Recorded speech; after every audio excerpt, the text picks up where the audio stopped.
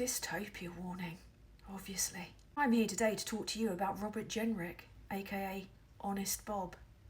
Because you're definitely not going to hear about this on the news. You're definitely not going to hear about it in the papers. Why? Because it involves a Tory, obviously. And what are all the other political journalists busy doing? I use the term journalist extremely loosely, because a journalist reports without fear or favour, and I know plenty of them are getting favours. Well, Dan Hodges at the Mail has finally gone full baby reindeer. His obsession with Angela Rayner's council house has reached new heights. We're now on day 45 of him talking absolute balls into the void, all the time ignoring the significant tax evasion of his badly permed boss. That's Lord Rothermere, who owns the Mail, a man that lives in a mansion in Monaco, pays tax in France, and identifies as French.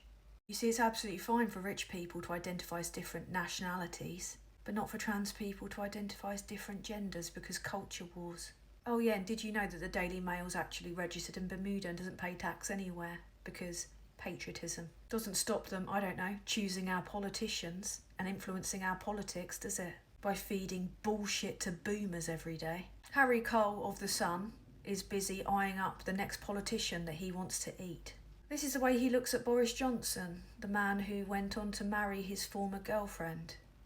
Chilling, isn't it? Laura Kuenssberg is extremely busy being extremely impartial. Oh, and the political editor of The Sun is reported to be in a relationship with Tory party chair Richard Holden, because press freedom. So all of this builds a pretty clear picture about why they're not holding Robert Jenrick accountable. Went a bit Theresa May there. Now what I'm going to tell you today about Honest Bob comes from a brilliant scoop by Democracy for Sale investigative journalist Peter Gagan. He looks into the substantial donations received by Robert Jenrick and ponders why a former One Nation conservative, aka performative liberal, might suddenly turn into a foreign child-hating, mural-destroying super bastard. And it's really difficult to figure that out. Well, it turns out in the last couple of months, Robert Jenrick has received substantial donations from foreign billionaires.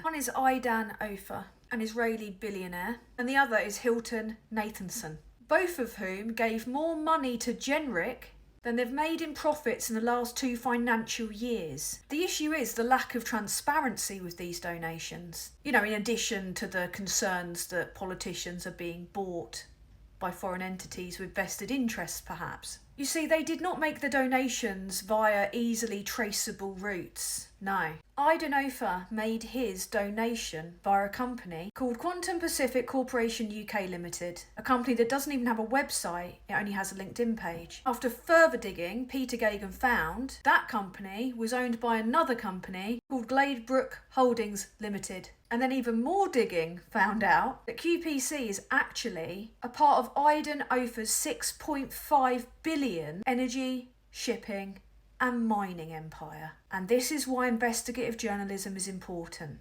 Because Peter also discovered on the 30th of April, Jenrick received a £5,000 donation from a company called Firefly Digital Limited, which in September filed dormant accounts with Companies House showing assets of £1. Oh yeah, and it's owned by an Australian hedge fund manager, Hilton Nathanson, who also donated $5,000 to Michael Gove last year. Now the issue is the absolute lack of transparency. It shouldn't require investigative journalists to do digging to find out who is funding our politicians. Because if you can't find out the people behind these donations, you can't figure out what their vested interests are, or who they're really working on behalf of, because let's face it, it's not us, is it? The Electoral Commission previously called for the law to be changed to stop companies from donating more than they've actually earned in Britain. One problem with that though, isn't there? The Tories literally hijacked the Electoral Commission, putting it under its own control. And guess who has the most responsibility when it comes to the decisions that the Electoral Commission makes? The aforementioned Michael Gove, who received $5,000 from that shadowy Australian hedge funder. Democracy. Oh yeah, and by the way, did you know that this isn't Robert Jenrick's first rodeo when it comes to corruption? Corruption. He's been involved in some mad shit. But this one piqued my interest because it involves a former porn baron, billionaire. and property developer and Conservative donor. Yeah. You see, when he was Housing Secretary, Robert Jenrick overruled Tower Hamlets Local Authority and the government's planning inspectorate in favour of Richard Desmond, the house building porn fella. He had a proposal for a large housing development. He told Robert Jenrick about it in the weeks before Robert Jenrick made his unlawful planning decision. Yeah. It's alleged that he showed Robert Jenrick a film.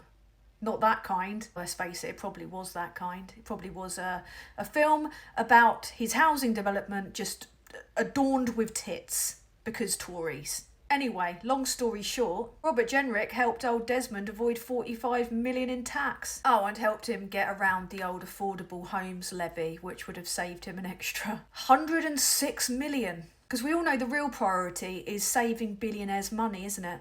Oh, and did I mention Richard Desmond donated 12 grand to the Tory party a fortnight after permission was granted? Jenrick later admitted that his decision was unlawful by reason of bias, but he did not resign. He was not suspended. He was not investigated. Now, the ironic thing for me here is that they're called the Party of Fiscal Responsibility, right, and Law and Order. Well, you know, they used to be before they bankrupted the country and then committed all those crimes, you know, and released all those prisoners early. Because, you know, jails are like Dickensian slums and they're overcrowded. Although they'd be even more overcrowded if Tories were actually jailed for the crimes they've committed. You know that. The thing that makes me laugh is 12 grand here and there is nothing to a billionaire. It reminds me of that time that Rees-Mogg was given, what was it, 12 odd grand off the top of my head? Don't quote me and don't sue me, Rees-Mogg, you penny farthing riding. It reminds me of that time, right, when O'Day, Crispin O'Day, fossil fuel hedge funder who made millions from Brexit after donating to Vote Leave, you know, he gave a bunch of money to Jacob Rees-Mogg, right? His return was millions on getting Rees-Mogg to push the old fracking line. The tiny donations they're making to the Tory party, it's a tiny investment for the millions that they get in return. But it's easy work if you can get it, isn't it? Buying a Tory MP, it turns out, costs nothing. And it turns out that Tories selling their souls and completely changing their political perspective is worth what? 12 grand? 30 grand? Conservative MPs are essentially whoring themselves out for a pittance, which is quite ironic considering the amount that they spend in brothels. So the question is, does it pay to go hard right? Yeah, it looks like it. Robert Jenrick's not the only one. Jacob Rees-Mogg isn't the only one, as we found out with Scott Benton and the gambling lobby. Except, you know, for him there were actual consequences and a by-election, which the Tories obviously lost, which shows that when people are given a choice to vote out corruption, they will. I mean, I didn't even know whether or not I should mention this because everyone's got scandal fatigue. It's like, oh, you expect it now. But it goes to prove that this hard right rhetoric, it's all performative and it's all about the bunts, isn't it? You see, pretending to be this caricature, saying that billionaires like a lot, yeah, and they're willing to pay good money for it. As long as there's a tax break in it for them. Call the election, you bastards.